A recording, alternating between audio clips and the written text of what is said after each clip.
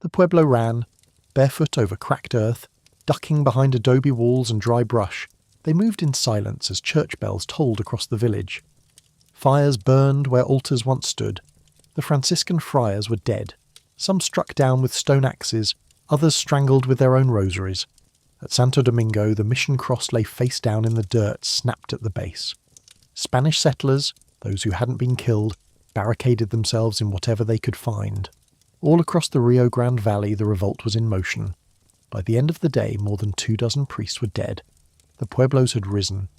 But this eruption had taken decades to build. It wasn't sudden. It wasn't unprovoked.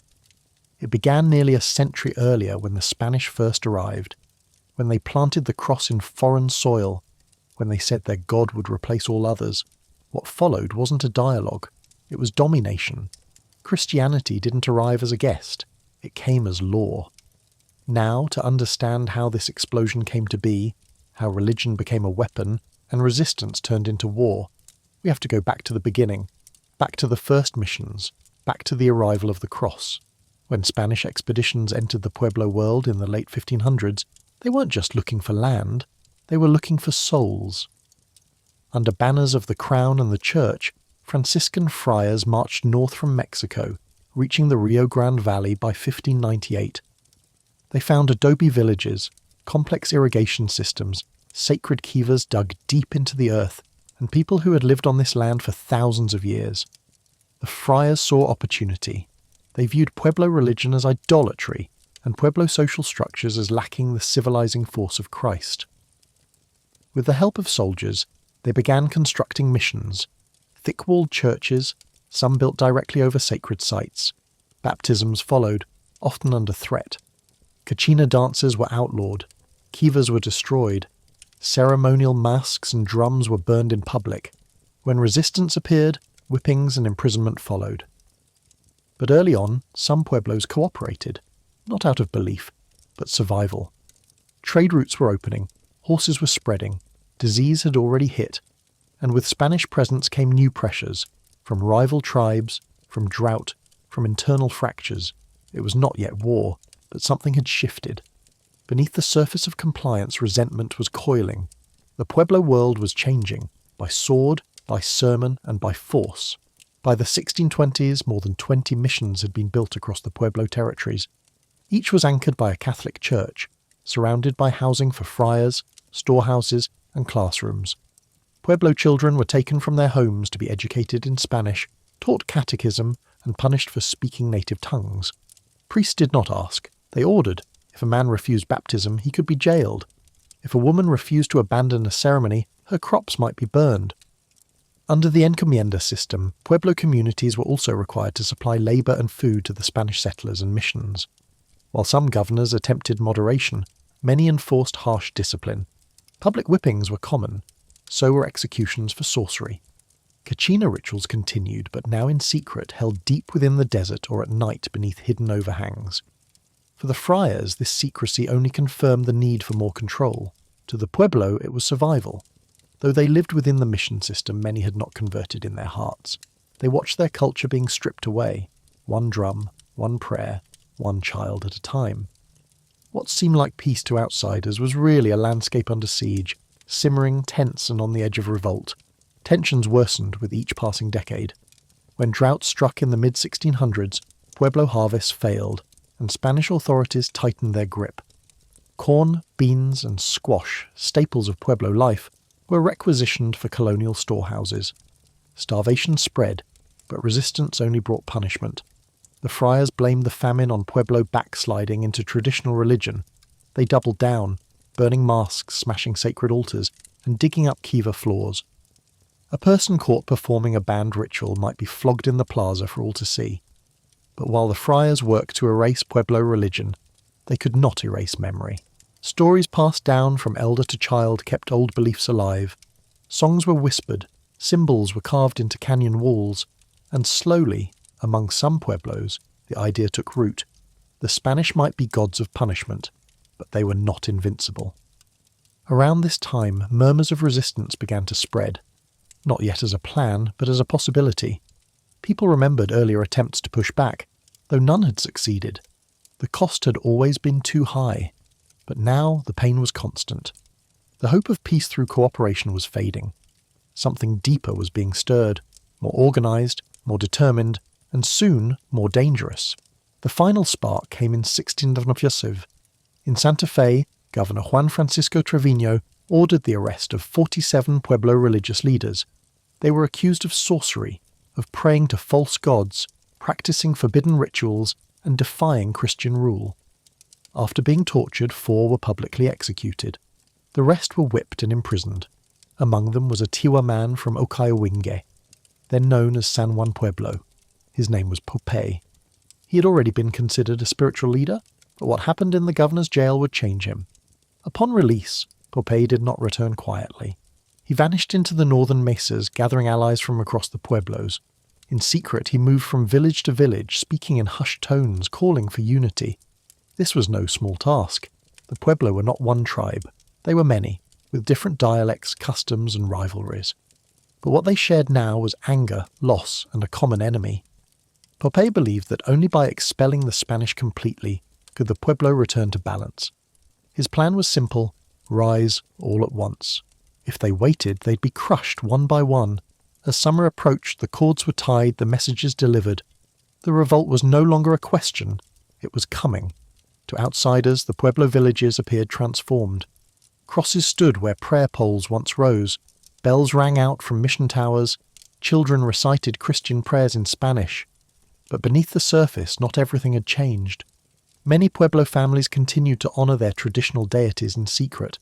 Sacred items were hidden in caves, songs remembered in whispers, ceremonies moved underground, sometimes literally, in surviving kivas dug beneath adobe homes. Outwardly, conversion was widespread, but for many, it was a mask worn for survival. Public compliance helped avoid punishment. Accepting baptism might save a child from forced labour. Attending Mass could spare a family from reprisal. The friars mistook quiet for obedience, but they misunderstood what they were seeing.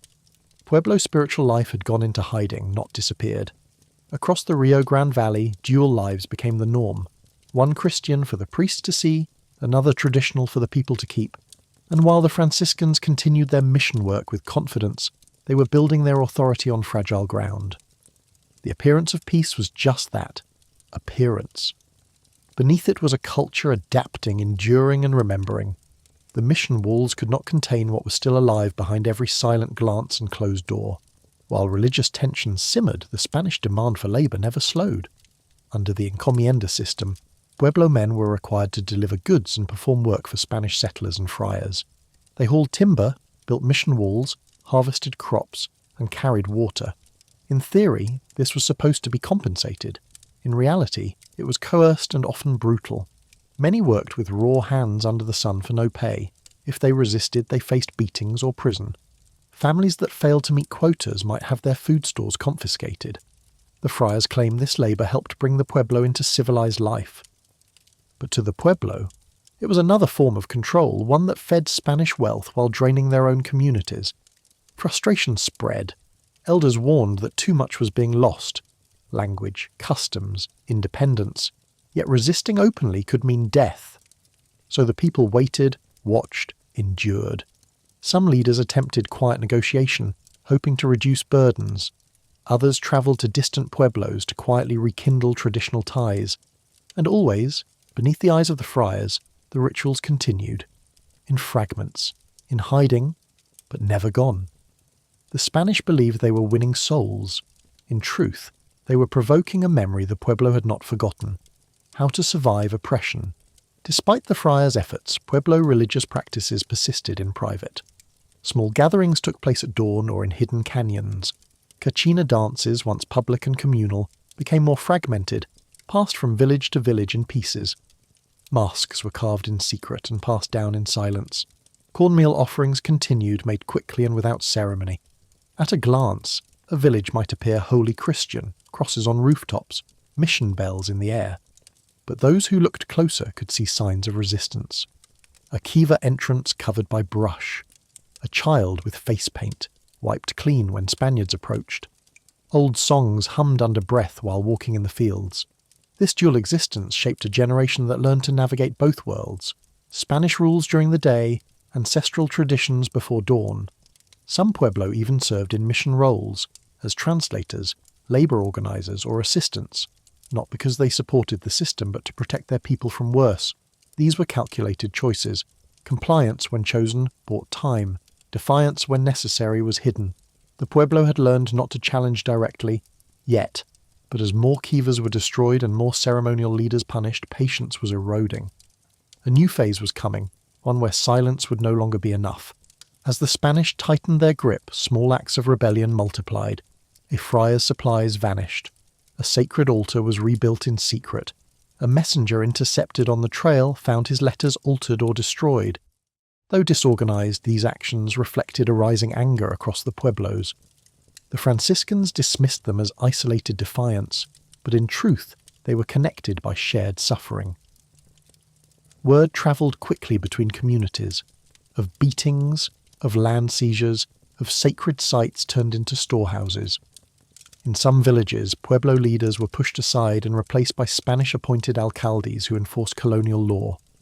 The structure of traditional governance was collapsing under pressure, but rather than break, the people adapted. Young messengers moved under the guise of labourers, carrying oral messages between pueblos. Ritual specialists took on new disguises, farmers by day, spiritual guides by night. The friars, focused on outward compliance, missed the signs. Beneath every small infraction was a signal. The Pueblo were preparing, not with open battle, yet, but through information, coordination, and subtle defiance. The stage was shifting. What had once been scattered and hesitant was becoming deliberate. The question now was not if resistance would come, but when, and whether the Spanish would see it before it was too late. By the early 1670s, the Spanish colony in New Mexico appeared stable, but it was a stability built on fear, silence, and force.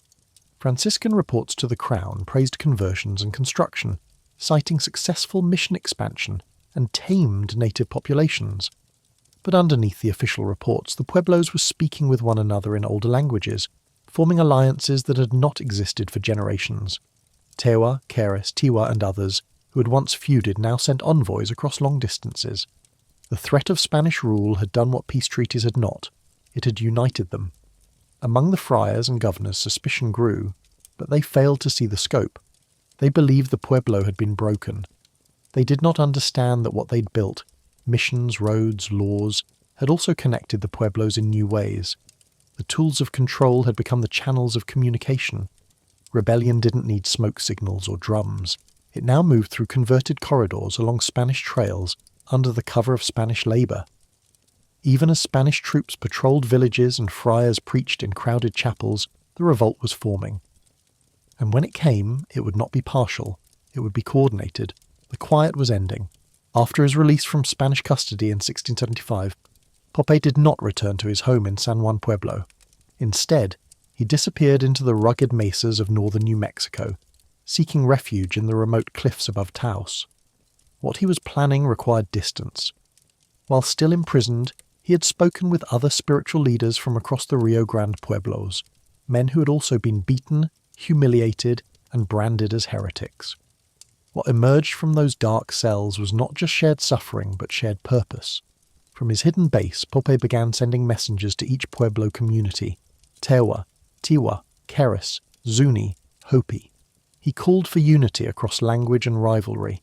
The Spanish had to be expelled, not negotiated with. The gods of the kiva, not the church, must return. This time it would not be passive resistance. It would be coordinated uprising. Using strands of knotted yucca cord, his messengers explained the plan. Each knot represented one day. When the final knot was untied, every pueblo would rise at once. It was a method built for secrecy. Spanish authorities monitored letters, but not fibres. Popé's strategy was moving quietly, but with purpose. The groundwork for the greatest native revolt in North America was being laid. Over the summer of 1680, the cords moved silently from pueblo to pueblo. Each village received the same instructions: wait, watch, prepare. Spears were sharpened, bows were strung.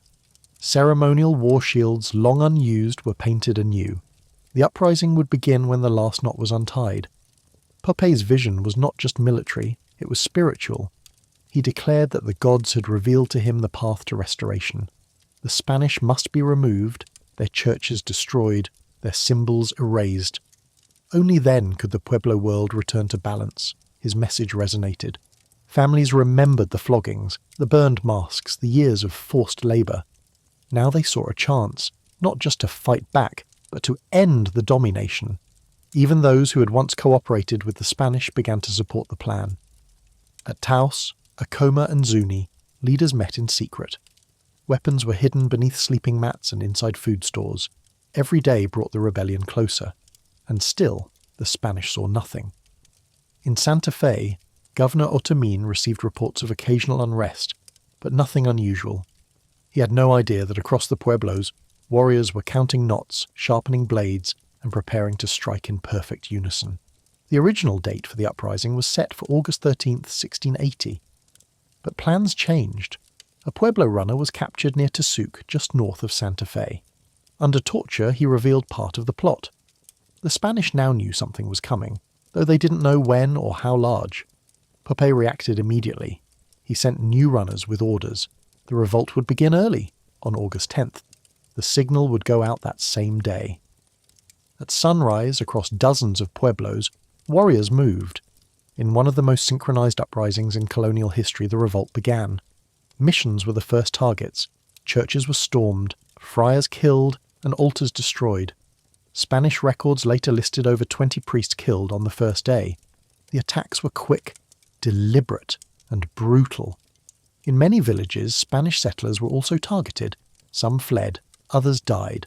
Horses were released, roads blocked, and water supplies cut off. By evening, several missions had fallen.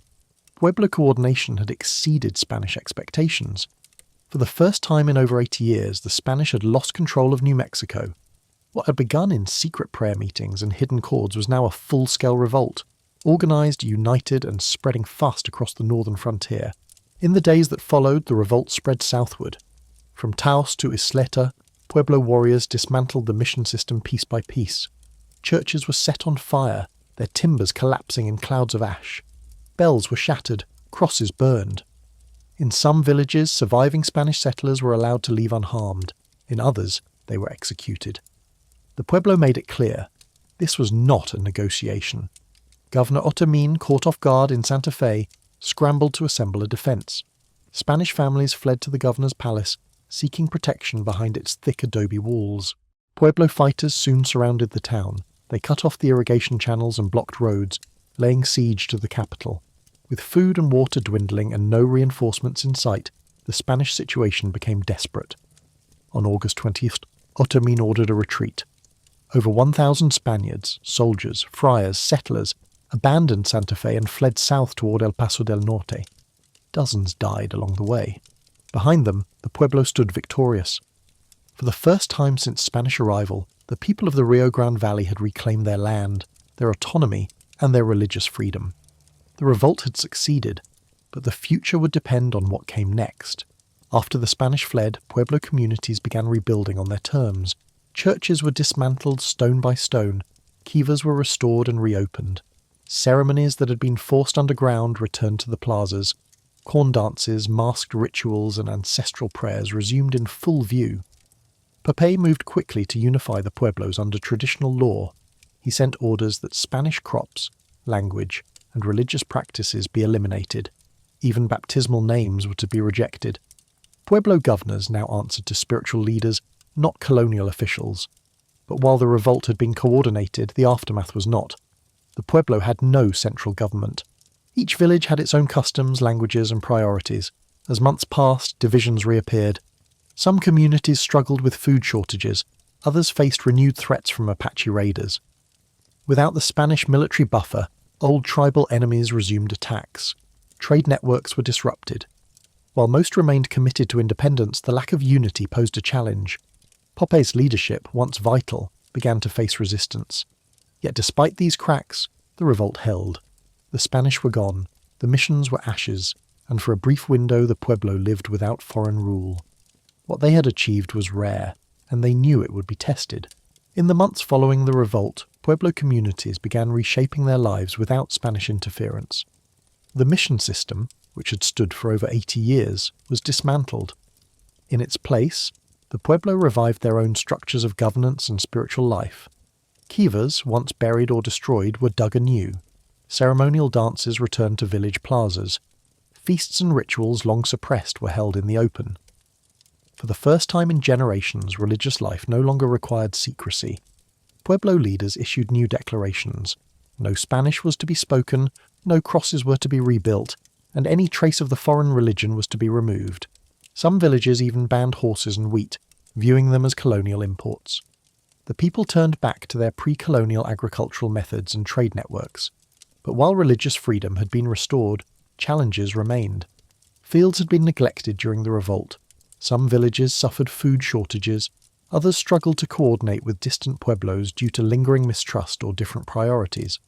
There was freedom, yes, but no unified plan for governance. The Pueblo world had won back its autonomy, but now faced the question, how to hold it, and at what cost? Popé, now recognized as the architect of the revolt, attempted to lead the Pueblos in a unified direction. He declared himself the spiritual head of all the Pueblo people and issued orders to ensure consistency in religious practice and political control. Spanish names were to be abandoned, Christian marriages annulled, and native ceremonies restored. But unity among the Pueblos was easier in rebellion than in governance. Each Pueblo had its own language, leadership and traditions. Popé's centralized approach clashed with the independence of local councils. Some communities accepted his guidance, others resisted. Reports from the time describe growing friction between pueblos, arguments over trade, land and ritual authority. In some places, old rivalries re-emerged. Popé had succeeded in organizing war, but peace required different skills. Unlike the Spanish, he had no army, no bureaucracy, and no system of enforcement beyond persuasion and tradition. As the months passed, cracks widened. Still, most Pueblo villages remained committed to their independence. They had expelled the Spanish, reclaimed their sacred spaces, and reasserted their beliefs. But beneath the surface, instability was growing. The revolt had removed the colonizers, but had not resolved the divisions left behind. By 1681, over a year after the revolt, the Spanish remained absent from northern New Mexico, but the Pueblo were far from secure. External pressures mounted. Apache groups from the east, once held at bay by Spanish military patrols, began raiding Pueblo settlements. They targeted food stores, livestock and trade goods.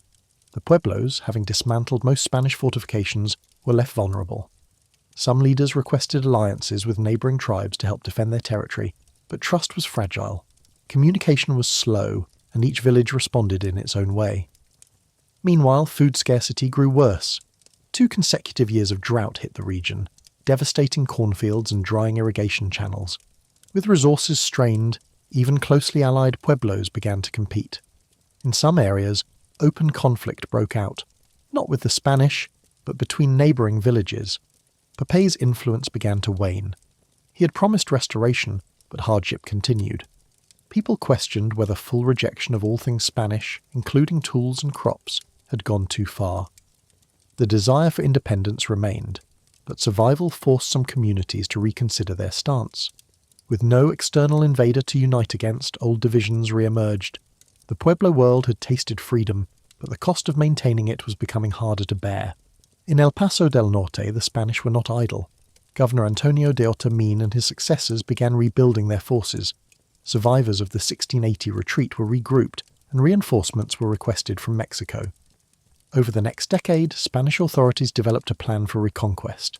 But this time, their strategy included more than force. Reports from returning scouts and captured messengers revealed the internal struggles facing the Pueblo. The Spanish saw an opportunity, not just to return but to divide. Promises of pardon were circulated. Envoys were sent to certain pueblos offering peace in exchange for loyalty. Some communities, exhausted from raids and drought, accepted, others refused. As Spanish soldiers moved north again in the early 1690s, they encountered pockets of resistance, but also signs of accommodation. Some Pueblo leaders calculated that limited cooperation might preserve local autonomy. Others feared renewed war would bring more destruction. In 1692, Diego de Vargas led the official reconquest of New Mexico. Unlike in 1680, many pueblos did not fight. Some opened their gates, others negotiated surrender. The Spanish re-established control, not through overwhelming violence, but through diplomacy backed by military presence. The Pueblo Revolt had not ended in battle. It faded in fragments. Though Spanish rule returned, it did not resume unchanged. The revolt had left its mark. Franciscan friars were ordered to ease their enforcement. While missions were rebuilt, they were fewer in number, and new regulations allowed Pueblo people to retain aspects of their traditional religion. Kachina dances reappeared, not in secret, but alongside Catholic ceremonies. Kivas were no longer systematically destroyed. Pueblo leaders were granted greater autonomy in internal affairs. The Spanish, having learned from their defeat, now approached governance with more caution. Still, colonial pressure remained, land was claimed, tribute expected, and missionary presence continued. But the overt repression of the past had softened. For the Pueblo, it was not the freedom they had fought for, but it was not the old order either. Their resistance had reshaped the boundaries of colonial rule. They had demonstrated that forced conversion and cultural erasure had limits. And though many villages bore scars from the revolt and its aftermath, they had kept their identity intact. Popé did not live to see the long-term impact of his revolt, but its legacy endured. In the balance between resistance and adaptation, the Pueblo found a way to survive, on their land, with their language, and with their beliefs. In the years that followed the Spanish return, the memory of the 1680 revolt remained strong among both colonizers and the Pueblo. For the Spanish, it was a warning, a reminder that forced conversion and unchecked domination could provoke full-scale resistance. For the Pueblo, it became a symbol of unity and cultural survival. While Spanish missions were rebuilt, they operated differently. The friars could no longer demand full religious control. Pueblo religious leaders regained influence. In many villages, the two systems now coexisted. Catholic Mass in the morning, traditional dances in the evening. This compromise was not ideal, but it preserved key aspects of Pueblo identity. Kachina societies, once outlawed, were allowed to operate in the open. Ceremonial masks, songs and rituals re-entered daily life. Some Spanish governors even consulted Pueblo leaders on local decisions, something unheard of before the revolt. Though colonial rule remained, the terms had shifted. The Pueblo had forced the Spanish to recognize their endurance. They had not driven the Europeans out forever, but they had reclaimed a space in their own land. The revolt did not end oppression, but it proved that native resistance could change the course of colonization, something few other tribes ever achieved. The legacy of Popé himself remains complex. Within Pueblo oral tradition, he's remembered as both visionary and flawed. He succeeded in doing what no other native leader had done, expelling the Spanish from their northernmost colony and keeping them out for over a decade. Yet his rule after the revolt stirred division. His strict orders, including banning all Spanish elements, even useful ones like metal tools and crops, were seen by some as too rigid. But his vision was clear, a complete return to ancestral life, free from foreign domination. Though the unity he forged did not last, the memory of that unity did.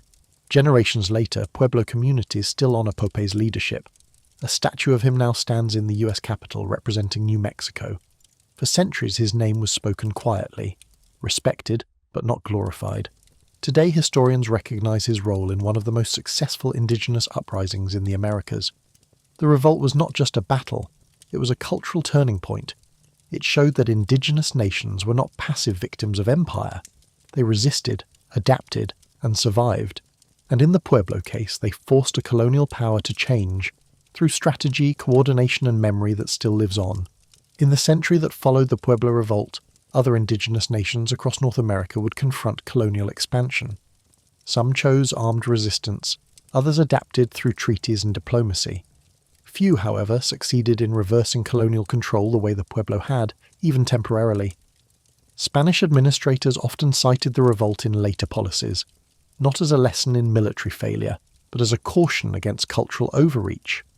Later governors maintained a more measured approach, allowing Pueblo religious practices to coexist with Catholic ones. The revolt had created a precedent: coexistence, not total domination. For the Pueblo, this translated into a degree of cultural continuity that many other tribes lost. Oral languages remained spoken, ceremonial calendars remained intact, and crucially, ties between Pueblo communities, once fractured by Spanish rule, remained stronger than before. The experience of uniting for survival had left a lasting imprint. Even as missions expanded again and colonial laws returned, the Pueblo remained distinct. They no longer lived only under the cross. They lived beside it, on their own terms. While colonization continued across the continent, Pueblo villages stood as a rare case, a place where native people had once driven empire out and reshaped the rules upon its return. In modern New Mexico, the legacy of 1680 is still visible. Pueblo communities continue to practice traditions rooted in centuries of survival. Kivas remain active. Corn dances still fill the plazas. Young people learn the same songs once whispered in secret during the mission years. The revolt is not remembered through monuments or celebrations, but through practice, through what was preserved and what was defended. Each pueblo maintains its autonomy, its language, and its spiritual ways. While Spanish names and churches remain in many villages, they stand beside, not over, ancestral ways. The survival of Pueblo culture is not an accident. It was earned fiercely in a time of crisis. Every generation since has carried that weight, and while the outside world changed, colonial rule became Mexican, then American, the Pueblo remained rooted. The story of the revolt is not only one of resistance, but of continuity. In a world reshaped by conquest, the Pueblo Revolt remains one of the few times colonization was pushed back by collective native action. Its memory survives not in textbooks, but in steps danced, prayers offered, and languages still spoken. It is history carried in the body, in the land, and in the will to remain. Today, the Pueblo Revolt stands as one of the most significant uprisings in the history of the Americas, yet it is often overlooked. It did not end in full independence, nor did it spread across nations. But within its scope, it achieved what few revolts ever did. It forced an empire to retreat. The revolt revealed both the limits of Spanish power and the depth of Pueblo resilience. It showed that native societies could organize across cultural and linguistic boundaries when pushed to the edge. It also reminded colonial powers that indigenous people were not simply obstacles to be subdued, but nations with their own systems, alliances, and spiritual strength. In the centuries since, the Pueblo have endured further challenges, land loss, federal pressure, and cultural erosion, but they remain. The revolt was not the end of resistance. It was part of a longer thread of survival that continues today. In the sunlit mesas of northern New Mexico, the same winds still pass through the same valleys. The same songs are still sung, and in that land the story of 1680 lives on, not just as rebellion, but as a return, not just as history, but as endurance. If you made it this far, thank you for spending your time here. If you'd like to hear more quiet history like this, consider subscribing. Your support truly means a lot.